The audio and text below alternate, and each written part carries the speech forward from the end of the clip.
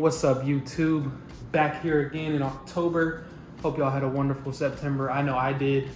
I'm about to let y'all in on my experience while I was going through AMEDD DCC out there in Oklahoma. So before we get into things, I would first like to say that the views and opinions shared in this video do not represent the official doctrine or publication of the AMEDD, the United States Army, or the Department of Defense. This is all my personal experience, and you can take it or leave it. So I want to begin by first breaking down like the weeks that we were there. We were only there for 4 weeks, so it was really quick, in and out. That's how they're trying to get the program to happen. They want you to get in, learn the Army really quick, and then they're going to ship you off to your next training, which is normally for officers is going to be bullet training. So y'all get to see a bullet video later on.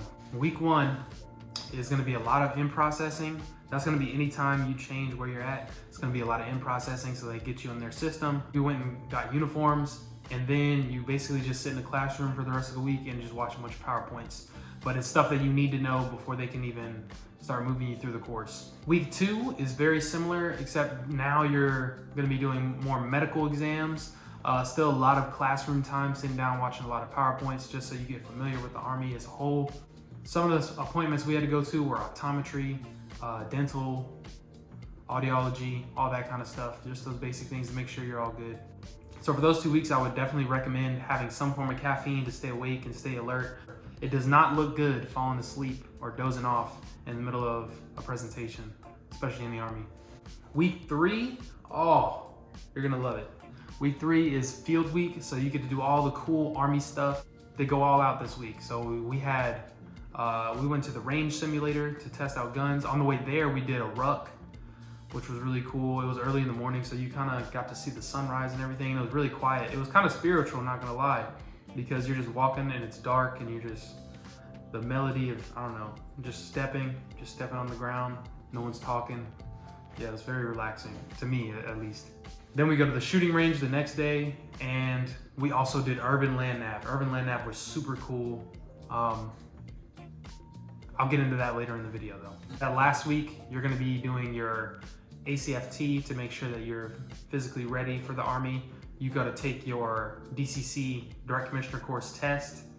Then you're gonna be returning all of your supplies that they gave you throughout your time there. And then you get to do your ceremony and head on home or back to whatever training you have next. Now I would like to talk about some of the experiences I had during DCC and just some advice that I picked up along the way.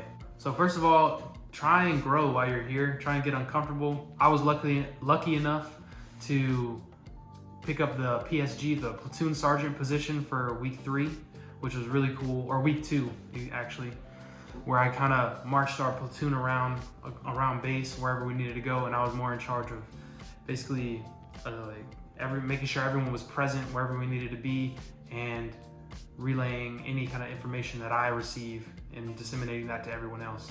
Kind of give you a sense of what the Army communication style is like. I'm not gonna lie, it was very similar to being an RA, and I was kind of like, dang, what did I just sign up for? Because you're basically just being in charge of other people.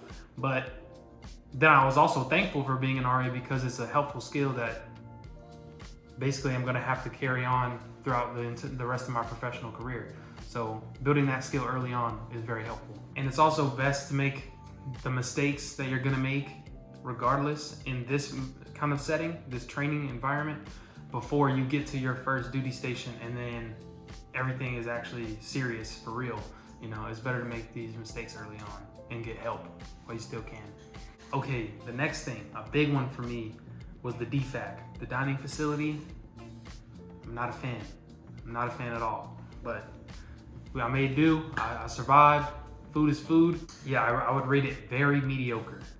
Everything was very mediocre. And a warning, do not eat the noodles. Stay away from the noodles. No matter how good they look, I promise you, they're not good. Some people would be going to the restroom all the time, and other people couldn't go to the restroom. It kind of just depended on who you were. Kind of learned halfway through to get the sandwiches at lunch. The sandwiches, you can't mess up a sandwich. But then at the same time, there's certain days where you might not even go to the DFAC for a meal, and you might have to eat a good old MRE. So that kind of makes you a little more thankful for when you do get to go to the DFAC. I will say though, the breakfast is on point every day. Breakfast was good. So you also are going to build a lot of great relationships while you're here, get to meet people that are going to be in the same field as you throughout your career, and just building those connections early on will help you communicate with your peers down the road. And also some people have more experience than you do, so that was also very helpful getting to talk to them, especially coming in having no knowledge about the Army. They have a lot of information that they can share with you. So we got our weekends off, but we had to walk everywhere we went. There was no riding, and you couldn't go off base. We had to be in uniform anywhere we went.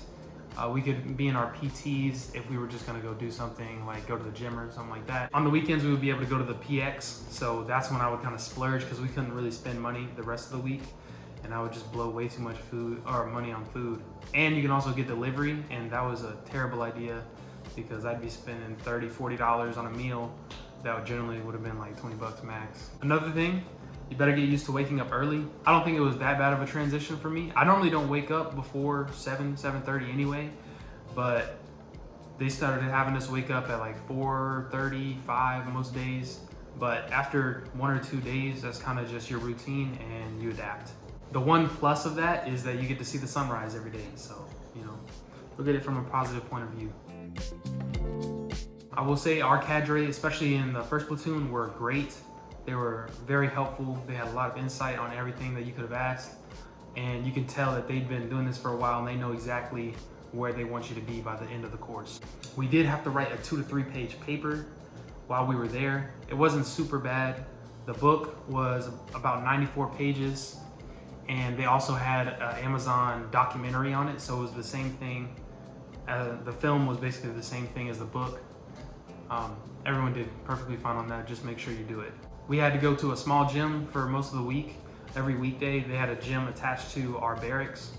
On the weekends was the only time you could go to one of the bigger gyms, but it made do for the 28 days that we were there. On average, you would still get about 2 to 3 hours of personal time at the end of the day, to where you could hang out and call your family and stuff like that, because a lot of the basic trainees and stuff, they don't have their phones on them readily. So they can't just be making phone calls and watching movies and all that stuff on their own time. It's really nice being able to stay in contact with your family, especially when you start missing them later on, just to keep everyone filled in on what's going on in your life. Now, by the end of the program, I would say you definitely get a sense of gratitude just for some of the basic things you have. Having warm water. Our shower was cold for the first like 2 or 3 days until they got it up and running because they hadn't had people staying there. Good food for me. Oh my gosh. Like, for being able to come back and get whatever I wanted to eat, that was amazing. Changed my life. Having your car, you can't just drive anywhere you want to, and then also having a TV.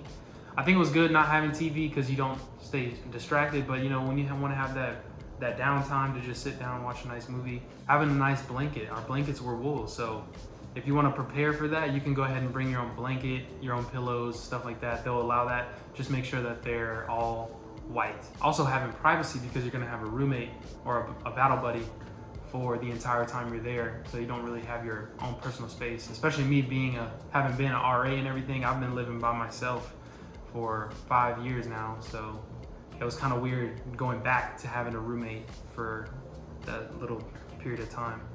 And then also being able to have your own kitchen, just to be able to cook what you want to cook whenever. So some advice though that I would give is definitely start running now, because if you get to that ACFT and that's the first time you ran 2 miles in over a month, you're gonna be in for a lot of trouble. So start doing push-ups. When I had to complete my ACFT, the push-ups were the only thing that I couldn't really complete, or I wasn't completing to the best of my ability. I think it's because I have long ass arms, so I have to push off the ground for forever, but no excuses. Definitely watch some land nav videos just so you get familiar with that. Speaking of land nav, I'm gonna go ahead and talk about that experience. So we started around 6 at night, and we had to find 8 points while we were there. So there would be wherever they were at in the given location or the given area. So the key is to get as many as possible before the sun sets. So by 8 o'clock, it's gonna be dark, and finding a point is gonna be way harder than when it was sunlight. So we managed to get 5 before it got, or we managed to get 6 before it got dark. And the last 2 were, we were traveling through just rocks and stuff. We had gotten lost off of a path and we're just traveling through straight rock quarry and like kind of scraping through trees and bushes. This was the most crazy stuff. Like as I was like, afterwards, I kind of sat there and was like, why would I do this? Like, why would I actually just run around like that? Like no kind of worry at all. I was just doing it. But yeah, you get done and your feet are sore, your legs are tired, you're thirsty, you're hungry. It reminded me a lot of a high school football game when it's late at night, you're just ready to go home, take a shower, eat. But yeah, then you had to, go on a nice 45, 30-minute drive back to the base and everything, and then you can do all that. But yeah, it was a good experience. I loved it. I really enjoyed that.